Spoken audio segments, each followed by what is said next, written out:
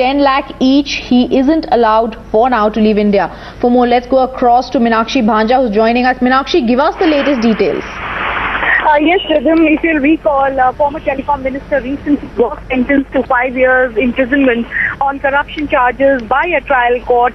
And right after his sentencing, his lawyer had moved for bail application here at the Delhi High Court, which came up for consideration on Wednesday. As a matter of fact, they had moved the application on Wednesday and they had sought release for Sukhram on the grounds that he was considerably aged and he had a lot of medical ailments which he is suffering from. And in the light of the Supreme Court, again, if the bail, be reiterating that bail was really norm and jail an exception.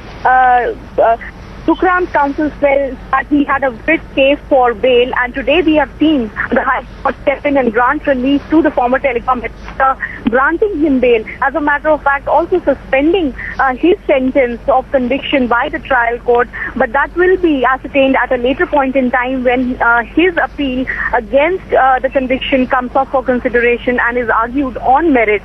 But the immediate news coming in is this, that there is relief for Sukhram. The Delhi High Court has deemed it appropriate to grant bail to him. Obviously, there are certain conditions that he has to comply with, largely that his passport has to be surrendered and he cannot leave the country without the prior permission of the court. Alongside, he has to deposit 2 sureties of 10 lakh rupees each. Rhythm?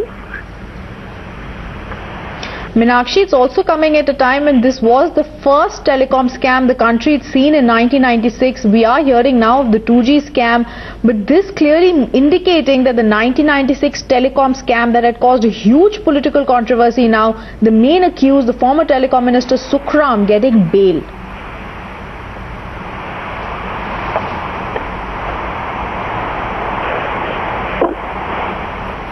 Meenakshi, if you can hear me, as I was saying, it is the first telecom scam the country had seen in 1996 when he was the former telecom minister.